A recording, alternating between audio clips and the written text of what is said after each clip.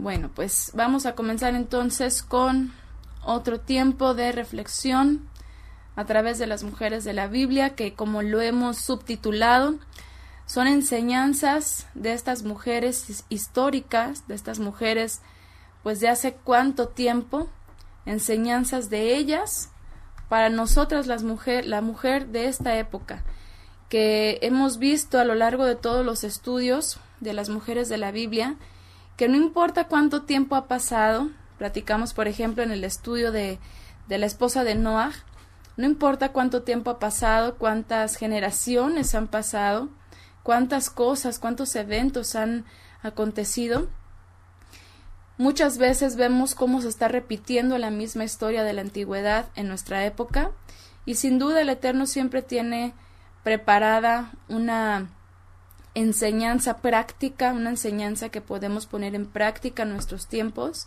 a pesar de que estemos hablando de tanto tiempo atrás con estas mujeres de la Escritura. Y bueno, en esta ocasión vamos a platicar sobre la reina de Sabá.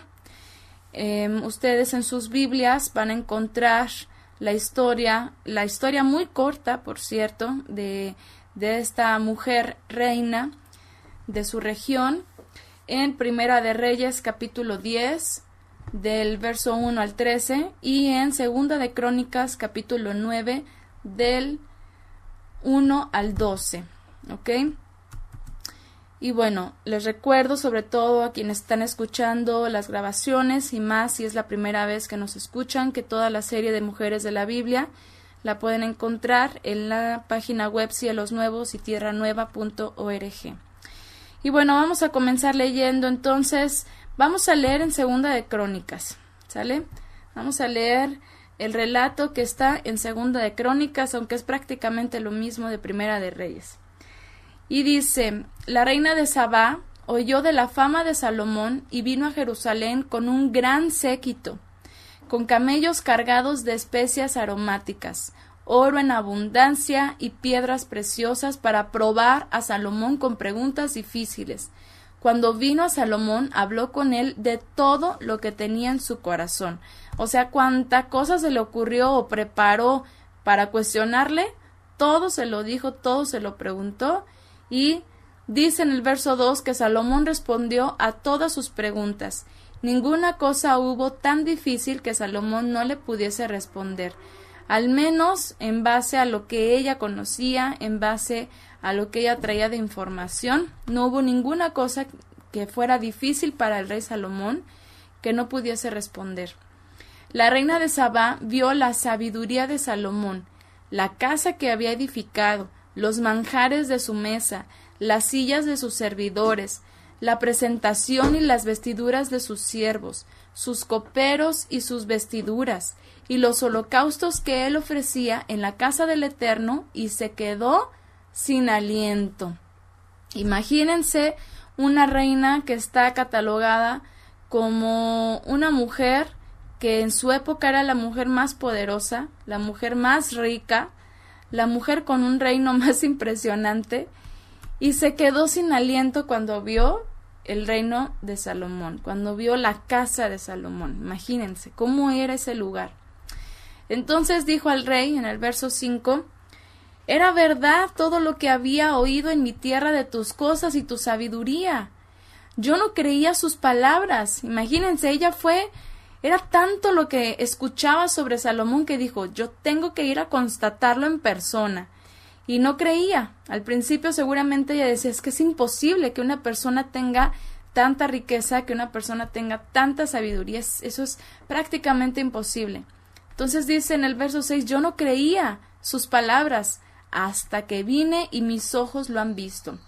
Y he aquí que no se me había contado ni la mitad de la grandeza de tu sabiduría. Si ni la mitad creía, imagínense todo lo que implicaba la realidad. Yo creo que era algo que ahorita lo estamos diciendo, pero no tenemos ni idea. No tenemos ni idea del reinado de Salomón, cómo era. Tú superas la fama que yo había oído, dice esta mujer. Dichosos tus hombres y dichosos estos servidores tuyos que continuamente están de pie delante de ti y escuchan tu sabiduría. Bendito sea Elohim tu poderoso, que se agradó de ti para ponerte en su trono como rey para Elohim tu poderoso, porque tu Elohim ama a Israel para ofrecerlo firme para siempre, para hacerlo firme para siempre. Te ha constituido como su rey a fin de que practiques el derecho y la justicia. Creo que está muy chiquito el texto de aquí, lo voy a ampliar un poquito. Dice luego en el verso 9, entonces ella dio al rey 120 talentos de oro, una gran cantidad de especias aromáticas y piedras preciosas. Nunca hubo especias aromáticas como las que la reina de Saba dio al rey Salomón. También los siervos de Hiram y los siervos de Salomón, que traían oro de Ofir, trajeron madera de sándalo y piedras preciosas. El rey hizo con la madera de sándalo graderías para la casa del Eterno y para la casa del rey, además de arpas y liras para los músicos.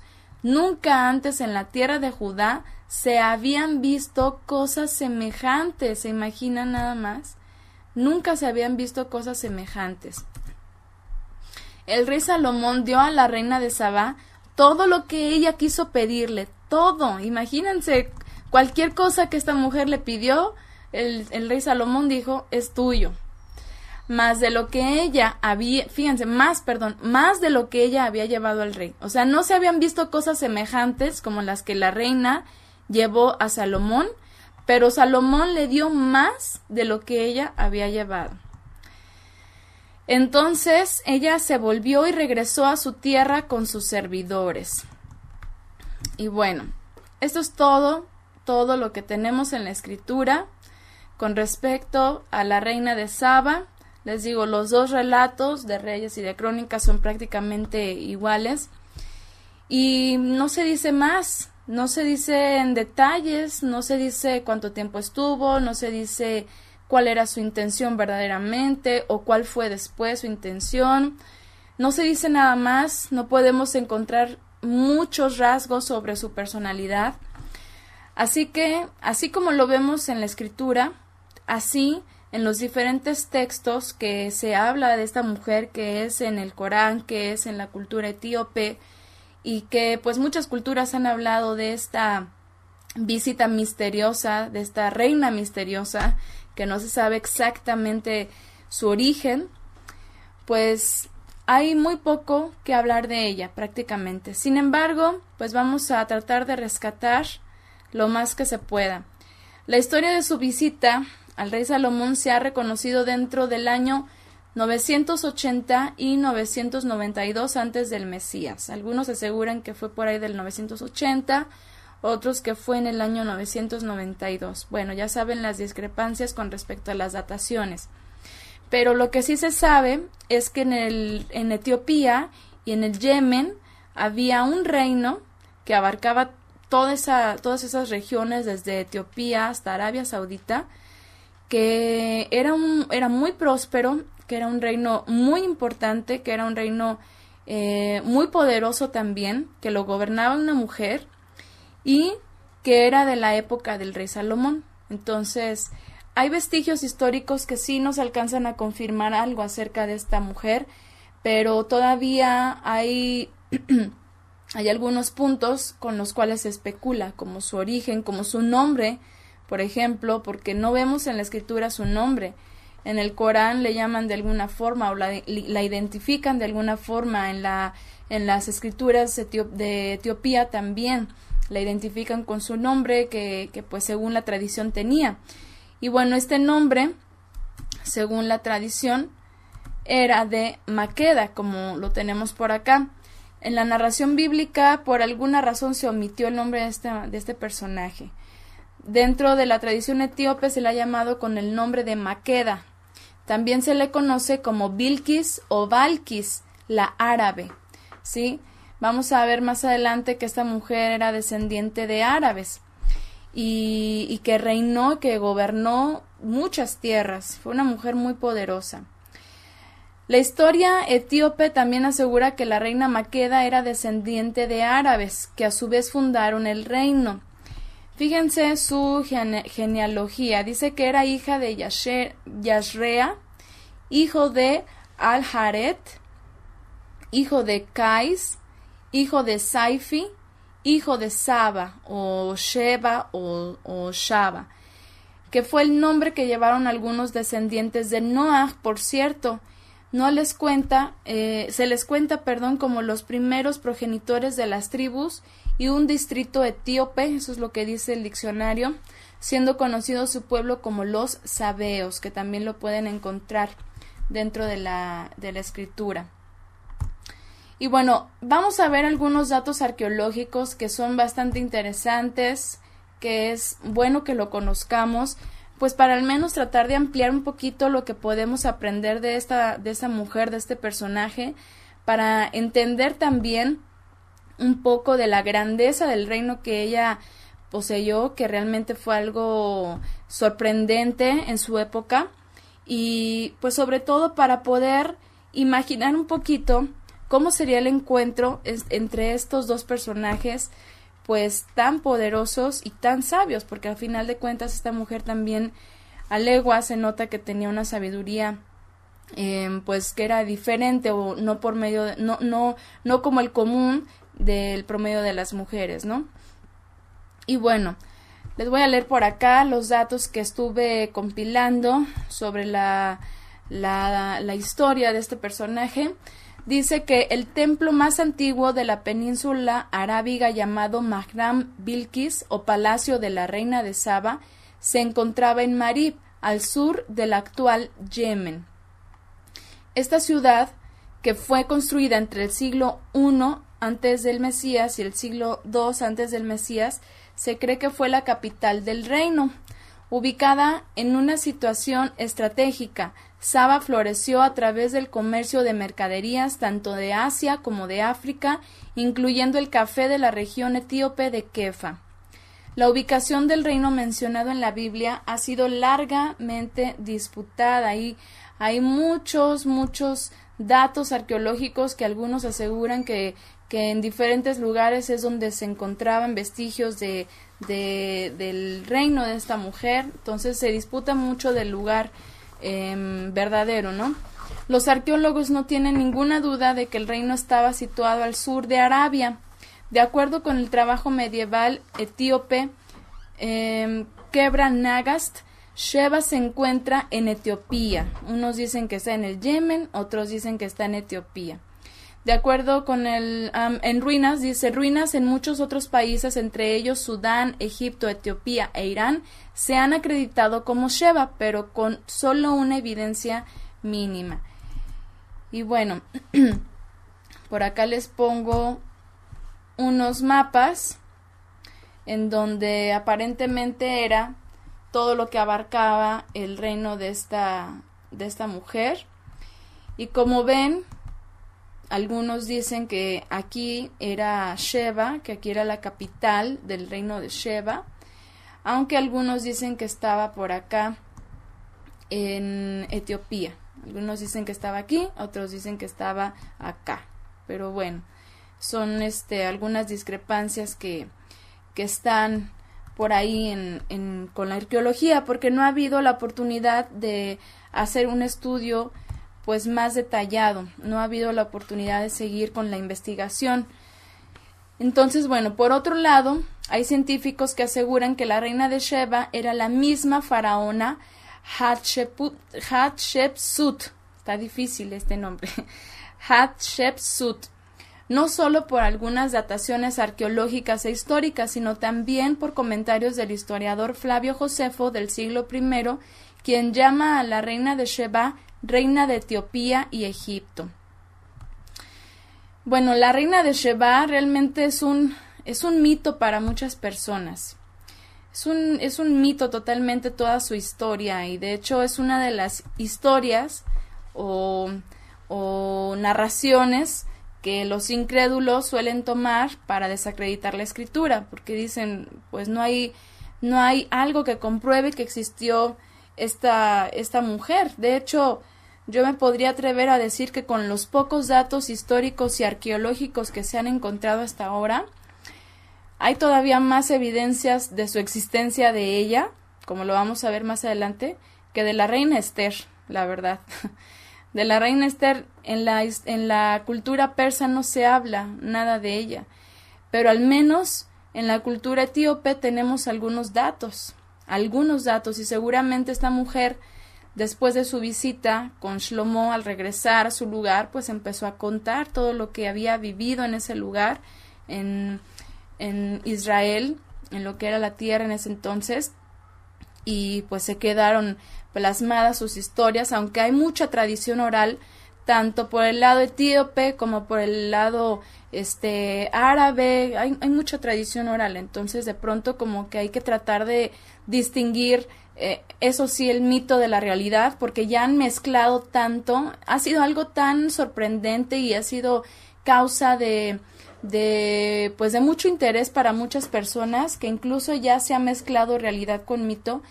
Hasta películas han hecho, y hace rato estábamos viendo un documental que no era un documental que yo quería ver, que vimos hace algunos años, que tenía unos datos bastante interesantes, pero este documental muestra cómo ya Hollywood ha hecho tantas películas y malversado completamente el personaje de la reina de Sheba, diciendo que era una mujer fría, calculadora, seductora, y ni la ponen como era, porque es una mujer completamente blanca, y pues bueno, si esta mujer era descendiente de árabes, y si vemos a los beduinos de la región, si vemos a la gente que vive en esas tierras en el Yemen, pues completamente son morenos, y tampoco son morenos negros, oscuros, sino que son morenos como rojizos, ¿verdad? Porque los árabes esa tez tienen, ¿no? Ese color de tez, entonces pues realmente ni siquiera la han puesto como debería de ser. Entonces, bueno, en la historia, o más bien en el intento hollywoodense de hacer pues notar o quién era, o tratar de entender o conocer a este personaje de la reina de Sheba, pues lo han desvirtuado completamente. Dice por acá, poco pero verídico, y Esther mucho pero ficticio, tocante a la reina. Así es, tiene toda la razón por aquí. Muy bien, bueno, la reina de Sheba, entonces, causa de mucha especulación sobre su origen, sobre su viaje a Jerusalén, sobre la intención de sus regalos para el rey, porque pues muchos dicen que en realidad estaban con el pendiente de que fuera a haber alguna guerra fronteriza, y entonces pretendía pues de alguna manera establecer lazos con el rey Salomón cuando escuchó todo su poderío, para pues evitar esta guerra que le podría, que más bien era seguro que ella iba a salir muy afectada y su pueblo, ¿no? También se especula mucho sobre su amorío, vamos a ver algunas posturas más adelante, unos dicen una cosa, otros dicen otra, la escritura no dice nada, entonces, pues bueno, realmente no se sabe, ¿no? Lo que sí vamos a ver un poquito más adelante es que debido a que hizo un viaje muy largo, pues seguramente estuvo algo de tiempo con el rey Salomón, y también para tener oportunidad de preguntarle cuánta cosa se le venía a la mente y todo lo que tenía dispuesto a hablar con él, pues seguro que sí estuvo algo de tiempo. Yo no sé, como mínimo podríamos poner quizás 2, 3, 4 semanas, ¿no? Y otros aseguran que estuvo 6 meses, otros aseguran que estuvo 3 años.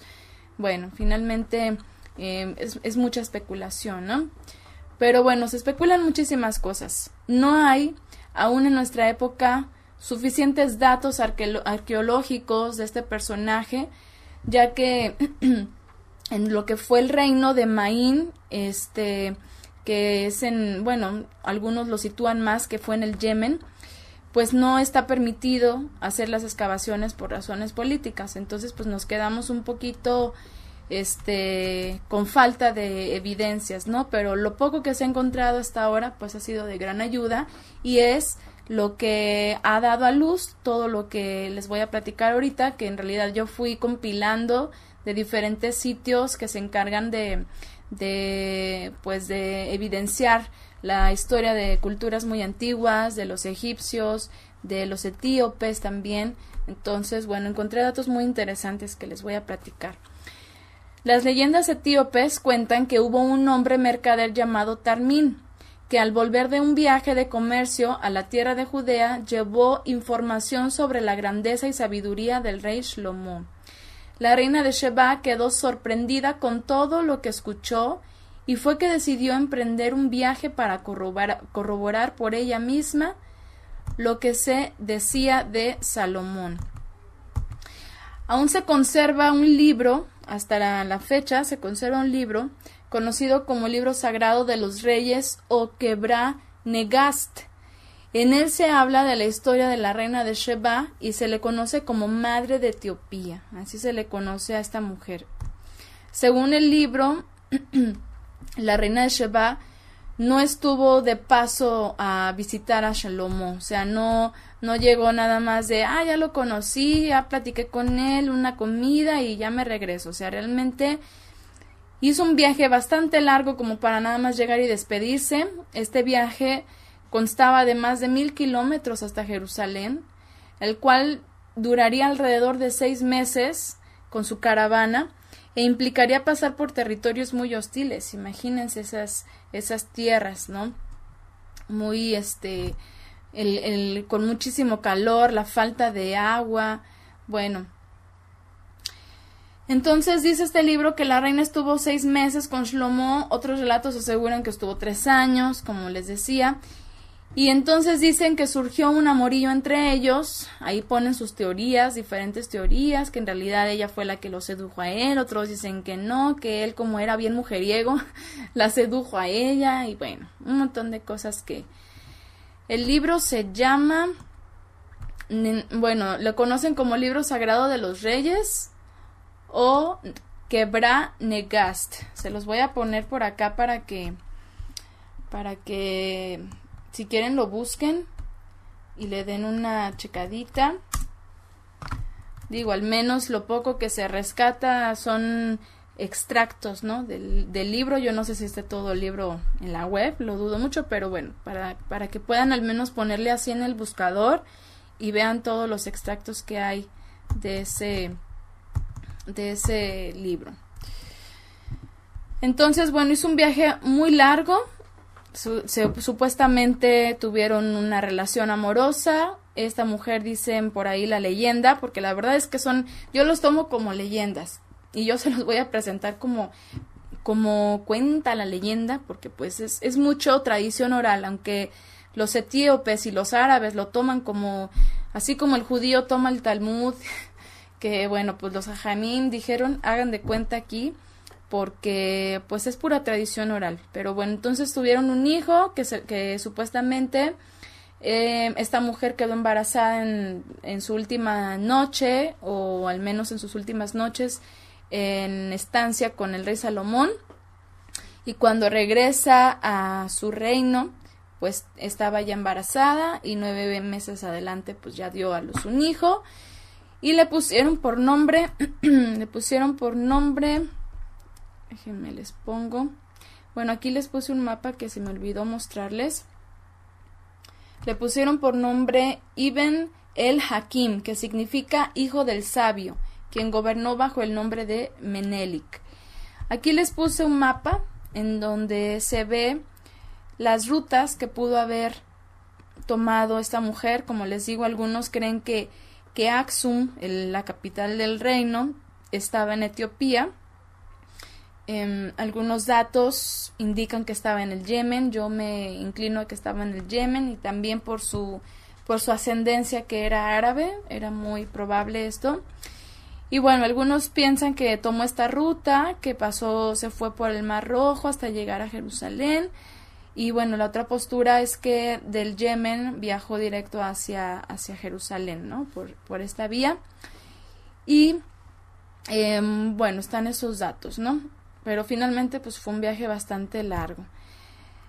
Entonces, bueno, ella llega a su lugar, ahí tuvo a este hijo, que supuestamente tuvieron estos dos, que después este hijo se convierte en el rey, después de su madre, que de hecho, fíjense, dicen que fue conocido, y es que esto está registrado en la historia etíope, y aparte se han encontrado vestigios semitas en Etiopía, y se han encontrado pues muchos textos en alusión al pueblo de Israel. Entonces hay mucho que decir. Por eso les digo, meterse en este tema con la reina de Saba es darse un clavado impresionante en la historia y la arqueología que pues ya les dejaremos de tarea que lo hagan ustedes porque está muy interesante. Pero bueno, dicen que este hombre, Menelik, el supuesto hijo de la reina con Shlomo, se le conocía como el león de la tribu de Judá, y que de su descendencia siguieron los siguientes reyes, ¿sí? Y según lo que se dice, este hombre, hijo de Salomón, fundó una especie de Jerusalén en África, que hay vestigios también de lo que se dice ser o haber sido esa pequeña ciudad que él fundó, que era como la Jerusalén de África. De ahí en adelante ya no se supo nada más de la reina de Sheba, nada más hasta su hijo y su reino.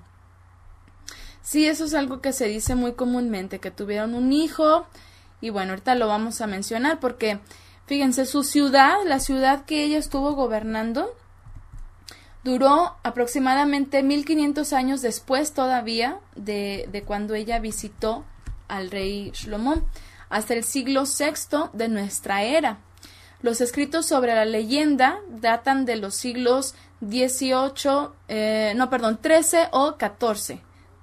13 o 14, y esto es algo ya tardíos, porque por eso es que yo los tomo así como leyendas, porque a pesar de que hayan sido algunos datos hayan sido verdad, la verdad es que ya le metieron, de entre tanta tradición oral, como que ya le metieron otras cosas, ¿no? Porque incluso en la mística se dicen otras cosas. En la mística se dice que esta mujer era mitad humana y mitad espíritu, porque se dice que su padre era espíritu y se unió con una mujer, y bueno, de ahí nació ella, y que incluso tenía patas de cabra, y que bueno, se dicen tantas cosas de la pobre reina de Sabá que yo digo, yo entiendo, bien, bueno, es mi percepción, que ella cuando llegó con todo lo que había visto, todo lo que había vivido, seguramente sí, era una mujer muy sabia, muy inteligente, etcétera, pero después con el paso de los siglos empezaron a desvirtuar toda su esencia, su historia, su testimonio también, y entonces ya se formaron leyendas prácticamente, y después empiezan a escribirse ya en el siglo XIII o XIV, entonces por eso digo yo, pues es algo tardíos ya estos escritos, y pues no es algo que le podamos tomar pues importancia, ¿no? Como veraz.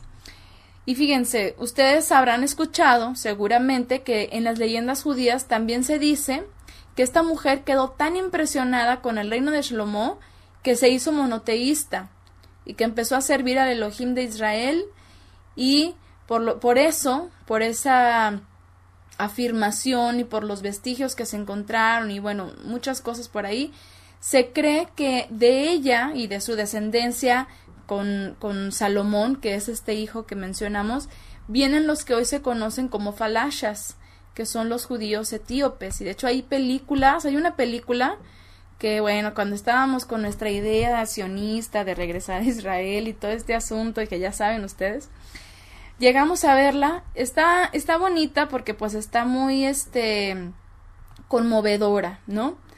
Pero supuestamente pues está basada, al menos en parte, en una historia verídica, en una historia real. Esta película se llama Camina sin mí. Bueno, ya le hice por ahí publicidad, pero pues si quieren véanla, les digo, está bonita porque está así como, está triste, ya saben, esas películas así son, ¿no? Que te conmueven y todo eso. Falashas, se llaman falashas, se los voy a poner por aquí, falashas, ay, no escribió, falashas. Entonces, esta película habla justamente de estos etíopes o descendientes de la reina de Saba con el rey Salomón, que se convirtieron al judaísmo después de que ella regresa de su visita con Salomón, y que siempre hubo un grupo en Etiopía que ya vimos que no solo abarcó Etiopía, sino que también abarcó hacia Arabia Saudita, y que estos judíos, los falashas, entonces fueron llevados a Jerusalén en una época que, si no mal recuerdo, fue por ahí del año 1986, si no mal recuerdo. Fueron llevados porque pues comprobaron que eran descendientes, y bueno, esta película habla un poco acerca de ese evento histórico. Claro que ya le meten una historia así conmovedora y todo, que quién sabe si fue real, no lo sé, pero el evento histórico sí, sí sucedió, que estos falashas, como se les ha conocido, se les llevó a Israel porque comprobaron que eran descendientes de la reina de Sheba con el rey Salomón. Entonces, pues bueno, lo que sí podemos nosotros ver en la escritura es cómo esta mujer expresó lo que había entendido cuando visitó a Salomón. No sabemos si realmente, como dicen en la historia, que hayan tenido este hijo y que de este hijo descienden los falashas y todo ese asunto, muy probablemente, porque pues hay algunos indicios y por eso es que se han atrevido a hacer esta afirmación. Sin embargo, hay algo muy importante que sí vemos en la escritura y está en 2 de Crónicas, capítulo 9, verso 8. Fíjense cómo esta mujer, que vemos que dio un testimonio de lo que verdaderamente entendió que es el Elohim de Israel, el que realmente ella se nota que entendió que era el poderoso de poderosos, el Elohim verdadero, porque en el Yemen y bueno, en Etiopía obviamente se han encontrado vestigios de idolatría y se sabe que estas regiones pues eran idólatras completamente. Sin embargo, vean lo que ella expresó aquí, independientemente de la teoría de los falashas y todo ese asunto, vemos que verdaderamente esta mujer tuvo un entendimiento del Elohim de Israel.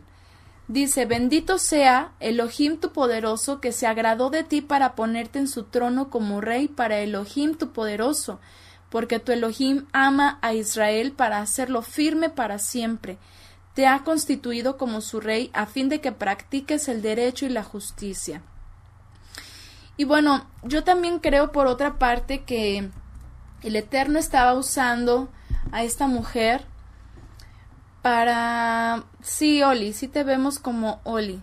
Sí te vemos en el chat como Oli. Yo creo que el Eterno usó a esta mujer para darle como un testimonio a Salomón, para recordarle que si el Eterno le había dado sabiduría y toda la riqueza que había logrado hasta ese tiempo y un reino majestuoso, inmenso, de paz, si el Eterno había permitido todo eso era para que practicara el derecho y la justicia, cosa de que Salomón pues ya se había apartado, ¿verdad? Digo, al menos llegó un tiempo en que vemos en la escritura que tuvo su tiempo de apostasía completamente. Entonces, seguramente, aparte de que esta mujer tuvo esa revelación, ese entendimiento de quién era el poderoso de Israel, el Eterno la usó siendo una mujer extranjera, una mujer pagana, la usó para recordarle a Salomón que lo que tenía y lo que había logrado hasta ese tiempo no era por él mismo, era porque el Eterno lo había escogido, porque el Eterno se lo estaba dando y porque tenía un propósito, y era que practicara el derecho y la justicia, de cual al final de cuentas, como sabemos, pues se apartó. Entonces, bueno, seguramente todo lo que ella aprendió, todo lo que ella vio, regresó a su tierra y lo contó, y todos quedaron fascinados y maravillados con la grandeza del reinado de Salomón. Entonces, bueno, a grandes rasgos, a muy grandes rasgos, porque les digo, hay muchísimo de qué hablar de esta mujer que se le ha visto como la reina enigmática. Esto es a grandes rasgos el entorno un tanto histórico y un tanto mítico de la reina de Sheba. Como les digo, de pronto hay cosas que ya no sabemos si fueron o no fueron, pero pues vamos enfocándonos a lo que puede estar acercado puede estar cerca o puede estar en semejanza o en armonía en la narración bíblica. Porque en la narración bíblica encontramos muy poco de ella, encontramos muy poco de su carácter, de su esencia, de su forma de pensar, de su forma de hacer las cosas, aunque resalta mucho y a simple vista su conocimiento. Hasta cierto punto, pues también su sabiduría, aunque una sabiduría humana, por supuesto, pero pues tenía cierto conocimiento, tenía cierto entendimiento. Dice la escritura que ella se propuso ir a Shlomo a hacerle preguntas difíciles, ¿verdad? Eso es lo que dice en la escritura. Es decir, y fíjense, difíciles, esta palabra difíciles, en realidad tiene que ver con preguntas de misterios, con preguntas de enigmas, con preguntas, incluso algunas versiones lo tradujeron como preguntas ocultas u oscuras, o sea, algo que no está al alcance de cualquier hombre que pudiera responder, ay, sí, una pregunta y la responde, sino que solamente un hombre sabio como Shlomo podría resolver. Hay otros comentarios que dicen que en realidad esta era una costumbre entre monarcas. Por ejemplo, en los documentales que hay acerca de esta mujer, la reina de Sheba, en su relación con Shlomo, que dicen que en realidad era algo muy común que los monarcas, antes de alguna negociación, pues se pusieran a practicar de algo así como coloquial, de algo como para amenizar y para preparar el terreno, ¿no? Para que entonces después empezaran a hacer algún tratado comercial, y por eso algunos aseguran de que esta era la intención verdadera de la reina de Sheba. La Biblia dice que ella fue para constatar lo que había escuchado, porque estaba sorprendida y hasta cierto punto incrédula, como ella lo dijo, de todo lo que se decía de Shlomo. Entonces literalmente fue a probarlo. Y según lo que vemos en la escritura, ese era su propósito, aunque algunos digan que en realidad ella los regalos que le llevó eran como una especie de pago para que hubiera ahí un trato comercial, para evitar una guerra o para establecer lazos para hacer comercio entre ellos. También lo que él le dio a ella dicen que también era parte de lo mismo, etcétera, ¿no? Pero bueno, en la escritura vemos que era una mujer sorprendidísima con todo lo que había escuchado, y de hecho así lo vemos en la escritura. En el texto que leímos dice: vino a Jerusalén para probar a Salomón con preguntas difíciles. Cuando vino Shlomo, habló con él todo lo que tenía en su corazón, ¿verdad? Entonces, ¿alguna de ustedes se puede imaginar el tipo de preguntas, el tipo de acertijos? Porque incluso esa palabra que encontramos con preguntas difíciles también se entiende como acertijos, para plantearle acertijos. Entonces, imaginen todo lo que ella llegó y le planteó a Shlomo, que ella dijo, si verdaderamente es un rey sabio, me lo va a responder, pero si es uno como todos, no va a saber nada. Entonces, seguramente esta mujer era sumamente inteligente como para atreverse a confrontarlo de esa forma. Además, notamos que tenía valor, que tenía astucia, que tenía fortaleza. ¿Por qué? Pues imagínense, para planear todo esto, para gobernar un reino de esa forma, como lo llevó, que todo estuvo muy bien en su reinado, y atreverse a llegar al rey Salomón con todas estas preguntas, imagínense. Dice, es una película donde la puedo buscar. La verdad no sé en internet. Lo que pasa es que esa película de los Falashas, que se llama Camina sin mí, para quien quiera buscarla, nosotros la llegamos a ver en DVD, por ahí mi suegra creo que la llegó a comprar en una librería donde tenían películas así de cine a arte y todo eso, y la vimos en DVD. Entonces seguramente está en esos lugares donde tienen películas de cine a arte. Ajá, en Sanborns luego ahí también venden. No, pues hay que cobrar, ¿no? Ya estamos haciendo muchos comerciales. Bueno. Entonces, pues lo que sí vemos en la escritura, así es, como dicen por acá, seguramente no era una mujer común, pues llegó a ser reina. Así es. Dice, mi Elohim usa todo para ubicarnos cuando nos estamos saliendo de su redil. Así es. Mujer segura, muy segura de sí, inteligente y audaz. Sí, eso es lo que vemos a simple vista de esta mujer, ¿no? ¿Y qué hizo al final? Fíjense, ella, a pesar de todo esto que vemos, a pesar de que era una mujer con un reino extenso, que era una mujer rica y poderosa en su época, no vemos en la narración que haya rechazado lo que escuchó del rey Shlomo. No vemos ninguna parte en la narración que haya de alguna forma defendido sus dioses, sus deidades, y que haya rechazado el mensaje de, pues finalmente del Eterno por medio de Salomón. No vemos que ella haya puesto a sus dioses por encima de este Dios, o que haya dicho algo, nada. Simplemente lo que vemos incluso es más sorprendente. ¿Por qué? Porque confesó que es bendito. Confesó que es bendito. Es decir, escuchó y creyó. Y esto va a ser algo muy importante que vamos a mencionar más adelante. Ahora, por otro lado, quisiera tocar este tema, este punto, muy brevemente, porque pues también investigando acerca de datos arqueológicos y todo lo que pudiera encontrar yo acerca de la reina de Sheba, encontré una referencia, una supuesta referencia a ella en Cantares. Como saben ustedes, Cantar de los Cantares se le atribuye a Shlomo. Supuestamente él los escribió. Y bueno, hay algunas cositas por ahí de las cuales se duda, ¿no? De hecho, investigando, creo que sí, creo que sí, es esa, hermanito Gerardo, es esa.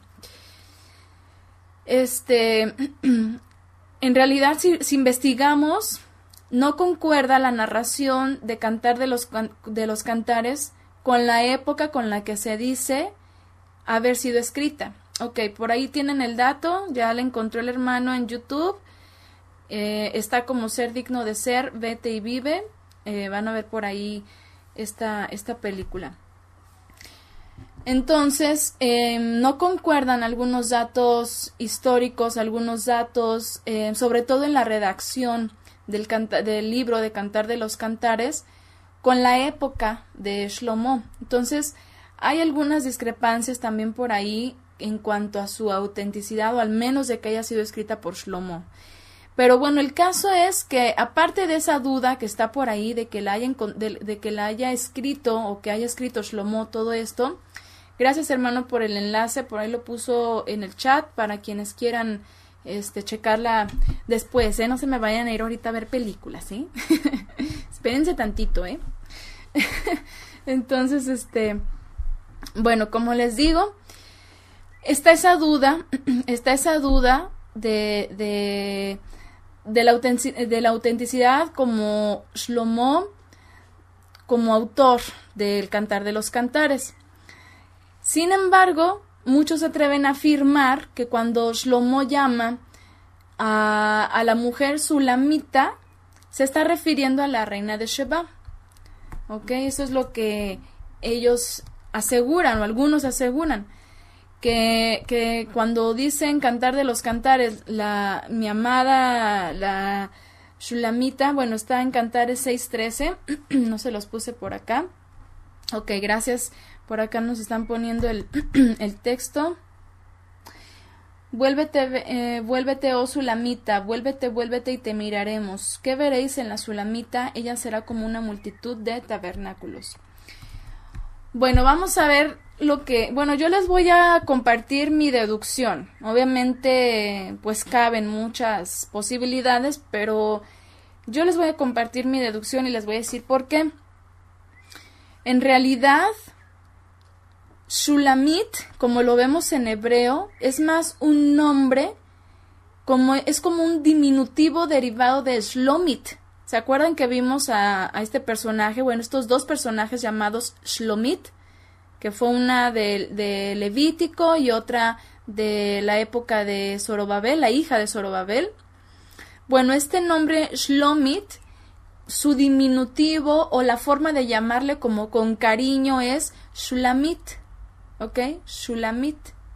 Entonces, ¿y recuerdan ustedes qué significa Shlomit? A ver. Está muy fácil, muy, muy, muy fácil. Así que todas tienen que poner aquí, así, todo. Paz, ¿ok? ¿Sí? A ver, ¿qué más recuerdan de lo que hablamos? Significa paz. Así es, conciliadora y pacificadora. Pacificadora. ¿Y qué significa el nombre de Shlomo? A ver. Igual, así es, pero en masculino. El que hace la paz, ¿verdad? O Shlomo, el pacificador. Entonces, es como una forma, digo, en caso de que haya sido Shlomo el que haya escrito, como se asegura, Cantar de los Cantares, y le haya llamado a su amada Shulamit, es como una forma de hacer notar estas dos, como se conoce en el judaísmo cabalista, como dos almas gemelas, ¿no? Como dos iguales, o sea, el pacificador y la pacificadora. Es como una forma cariñosa de llamarle a su amada, no tanto porque sea Sulamita, ¿sí? O no tanto porque se llame Shulamit, sino que más bien tiene que ver con una forma de llamarle la pacificadora, porque prácticamente ustedes van al hebreo y así lo encuentran. ¿Qué significa Shulamit? Es esto, viene del nombre de Shlomit y significa pacificadora. O simplemente Shulamit lo traducen así, la pacificadora.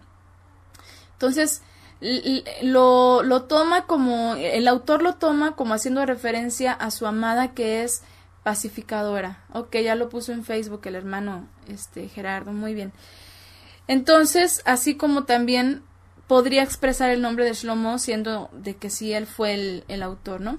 ¿Por qué les digo esto? Porque en realidad Sulamita o Shulamit no hace referencia a algún pueblo etíope en las escrituras, y muchos lo toman así, como que era su esposa, que era morena y que era etíope y era la Shulamit o la Sulamita, pero yo busqué en la escritura y pues estuve checando si había algún lugar que se llamara Sulam o algo parecido, y pues no, realmente no. Y no tendría nada que ver tampoco con una mujer etíope, porque como vimos, más bien ella era descendiente de árabes, ¿sí? Bueno, es como decir amor al esposo, aunque ese no sea su nombre. Así es una forma de llamarlo con cariño, así es.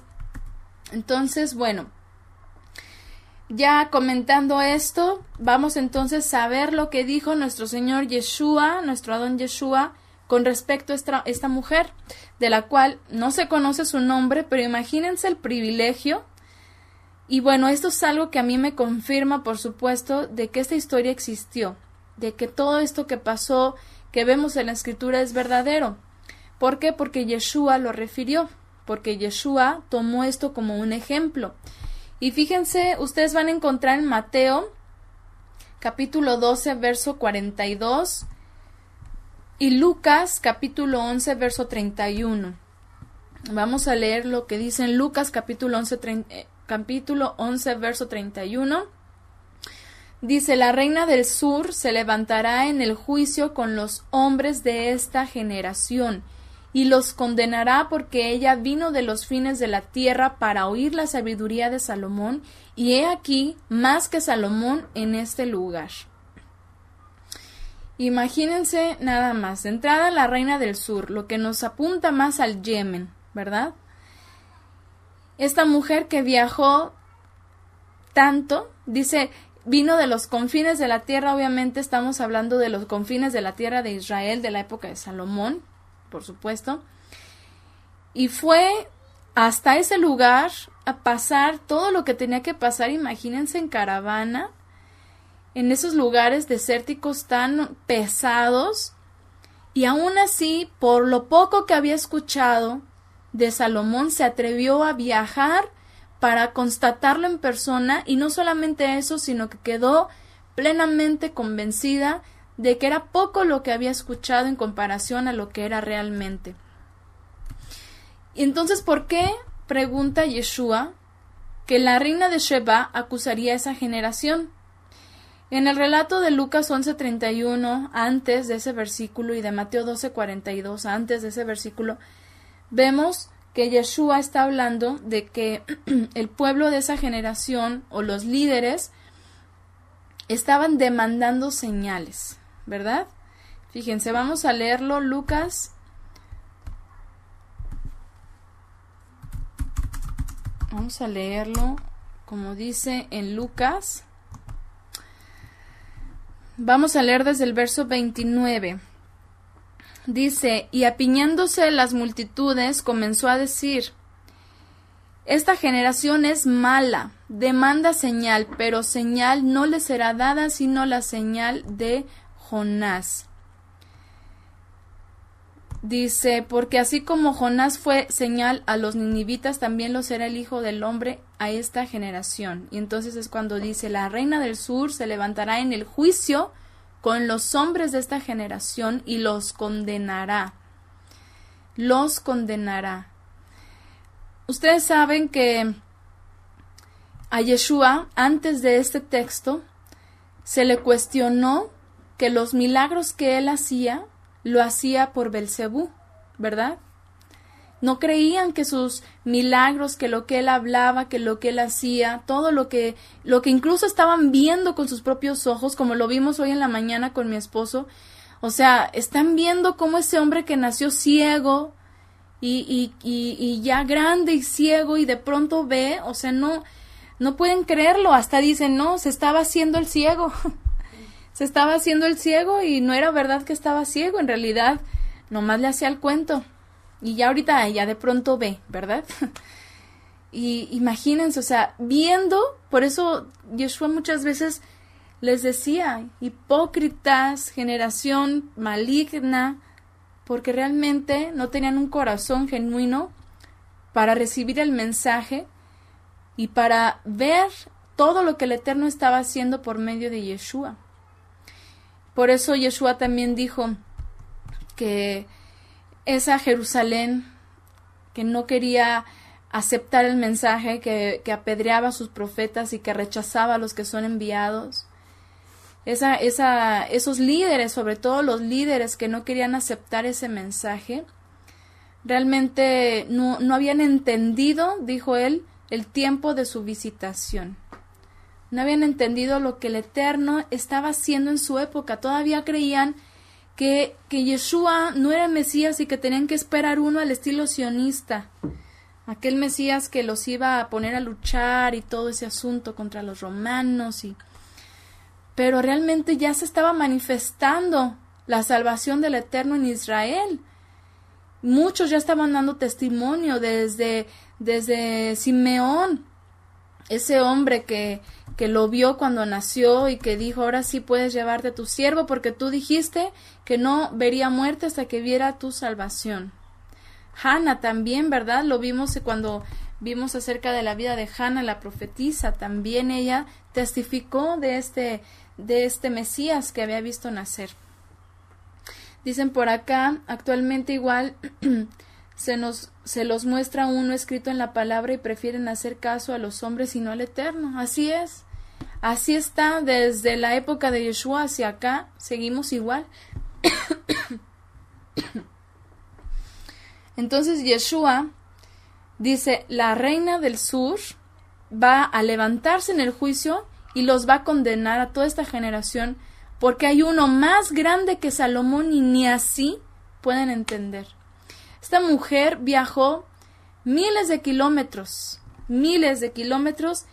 y fue persuadida, fue convencida, entendió. Esa mujer pagana, esta mujer que no tenía ni idea del Elohim de Israel, de su culto, de lo que él pedía, y llegó y terminó diciendo, bendito el Elohim que te ha puesto por rey.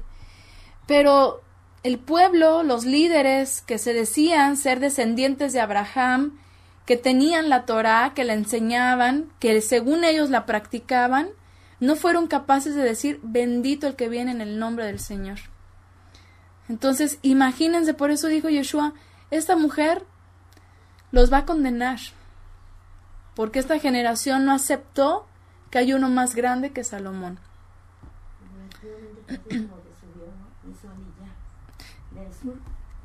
Sí, bueno, eso es lo que se dice, que cuando viajan de un lugar fuera de Jerusalén o de Israel, se hace aliyá, se sube hacia la tierra, ¿no? Hacia el lugar que el Eterno escogió. Entonces dice por acá mi suegra, que de veras no la saludé al principio, dice por acá mi suegra, que aquí está con nosotros también, que pues literalmente hizo aliyá esta mujer en ese tiempo, ¿no? Entonces, así como dicen por acá, tuvo un corazón abierto para recibir lo que el Eterno a través de Salomón le estaba mostrando, ¿no? Entonces, por eso Yeshua dice, esta mujer que viajó tanto, que fue convencida plenamente, y finalmente vemos que muy probablemente realmente recapacitó de su idolatría, recapacitó de todo lo que ella pues había aprendido y había enseñado también, porque incluso dentro de su historicidad se le toma como una sacerdotisa de su religión, ¿no? Pero seguramente después de todo lo que comprendió, esta mujer regresó a su lugar y pues terminó testificando de ese poderoso del cual nunca hubiera tenido idea que existía de esa forma, ¿no? Entonces, esta mujer que hizo todo eso, que tuvo que viajar y todo lo que ya vemos, y entendió, y dicen, y ustedes, seguramente Yeshua decía, ustedes que aquí nacieron, aquí crecieron y han visto todo lo que el Eterno ha hecho y tienen toda la historia detrás de ustedes, y ni así pueden entender, no fueron capaces de entender el tiempo de su visitación. Entonces, aquí entra lo que de alguna forma podemos nosotros rescatar como enseñanza para nuestra época, por medio de la vida de esta mujer. A ver, dicen por acá, sí, y en cambio los fariseos están tan ciegos y orgullosos, por eso no quieren aceptar al Mesías. Así es. Entonces, ¿qué podemos esperar nosotros? ¿Qué tenemos que hacer nosotros? Probar la fidelidad del Eterno en nuestras vidas. Tenemos que hacer lo que hizo ella, a ver si es cierto, ir a probar y comprobar si el Eterno es fiel, si el Eterno es misericordioso, si el Eterno es bueno, si el Eterno es bondadoso, si el Eterno nos ama o no nos ama. Tenemos que comprobarlo. O no basta con despertar y poder respirar, poder ver, poder caminar, poder andar, poder hacer su voluntad, poder conocer su palabra, poder tener sustento. Así es, su amor ya es manifiesto en todo. ¿Qué falta para que el creyente de estos tiempos se entregue por completo al servicio de nuestro Elohim y Rey y nuestro Señor Yeshua? ¿Qué falta? ¿Qué falta para que entendamos que no tenemos que andar buscando sabiduría en otros lados? Sabiduría de hombres. Yo, sinceramente, me da tristeza ver de pronto en las redes sociales que ponen más imágenes con textos o con palabras de gente que le toman por gente sabia, que si los sabios del judaísmo, que si hasta la Teresa de Calcuta, que si hasta el Papa no sé quién, y ponen un montón de textos o de palabras o de pensamientos o de reflexiones de que del rabino no sé quién y que el jajam no sé cuál, y Yeshua, y todo lo que dijo Yeshua, entonces ¿qué? ¿No sirvió de nada? Entonces, ¿para qué dicen que creen en el Mesías si no le creen a él? O sea, eso es algo que de veras causa un pesar, porque es lo mismo, es la misma condición de los fariseos de la época de Yeshua. Pudo entender más una mujer pagana que viajó tanto y que padeció tanto en su viaje de ida y de regreso, pudo entender mejor quién era el poderoso de Israel que los judíos de su época y que hoy en día también. Nosotros realmente, de labios solo dicen que lo aman, dicen por acá. Nosotros realmente sabemos y tenemos que entender que no necesitamos más que escuchar las palabras de nuestro profeta y nuestro Mesías y nuestro sumo sacerdote, que es Yeshua, y que tenemos que hacer conforme a sus enseñanzas, porque de verdad todas las cosas que ponen, que el rabí no sé qué y que el rabí no sé cuál dijo tal cosa, yo digo, Yeshua dijo lo mismo pero en otras palabras, y tienen que irse a sacar cosas de la tradición oral judía. O sea, eso es lo único que les llena el oído, nomás estar viendo a ver qué dijo fulano y mengano, si realmente Yeshua ya dijo todo lo que el hombre necesita saber. Y no porque estén malas esas enseñanzas, de hecho son buenas y de pronto así como que te ponen a reflexionar y dices, mira qué interesante, pero tenemos que ir a buscar primero la sabiduría de hombres y no entender primeramente las palabras de nuestro Señor Yeshua, las palabras de los apóstoles que dijeron tantas cosas inspirados por el Ruach y también quedan como un cero a la izquierda ante los rabinos. ¿Por qué nos fascinamos tanto de escuchar palabras de hombres? O sea, ¿por qué? Y sí, justamente como ponen por acá, este pueblo de labios me honra, pero su corazón está lejos de mí. Y eso lo dijo Isaías y después se repitió en la época de Yeshua. Así es, siguen en Egipto, demuestran que siguen en Egipto y no se dan cuenta. Y bueno, pues qué triste, entonces, pues que no seamos nosotras como esas personas que están fascinadas por la palabrería y la poca sabiduría humana, porque más que Salomón, fíjense, ni los ajamim de ahorita, ni el Nachman, ni Nachmanides, ni el Rabí, quien ustedes quieran, ni nadie, ni siquiera puede llegarle a la talla de Salomón, ni siquiera eso. Mucho menos a alguien que es más que Salomón, que es nuestro Señor Yeshua. Entonces, ¿por qué estar llamándole que si padres, que si pastores, que si rabinos, que si sabios? Y realmente ni siquiera lo hacen con la intención correcta. De hecho, en Ezequiel está testificado, el Eterno dijo en Ezequiel que iba a mandar pastores que los apacentaran con mandamientos que no eran del Eterno, o sea, no me acuerdo exactamente cómo dice ese texto. Ya regresó el sonido, ¿verdad? Sí, como que fue un pequeño flash que se fue por aquí.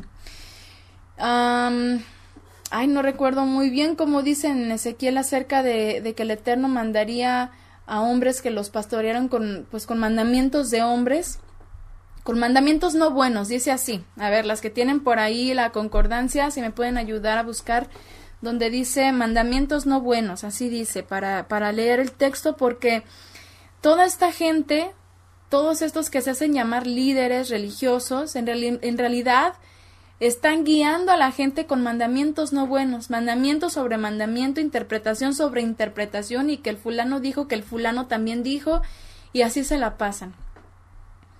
Y qué fácil sería simplemente ir a las palabras de nuestro Señor Yeshua, ver lo que Él dijo, lo que Él enseñó, el testimonio de los discípulos que también recibieron de esa esencia para tener ese entendimiento profético y también de sabiduría, porque incluso Yeshua les dijo a sus discípulos, ustedes van a ser perseguidos y se los van a llevar a las sinagogas y van a padecer, pero no se preocupen por lo que vayan a hablar, porque ustedes van a saber qué hablar, el Ruach del Eterno les va a dar qué hablar y hablarán con denuedo, con inteligencia, con sabiduría, con convicción.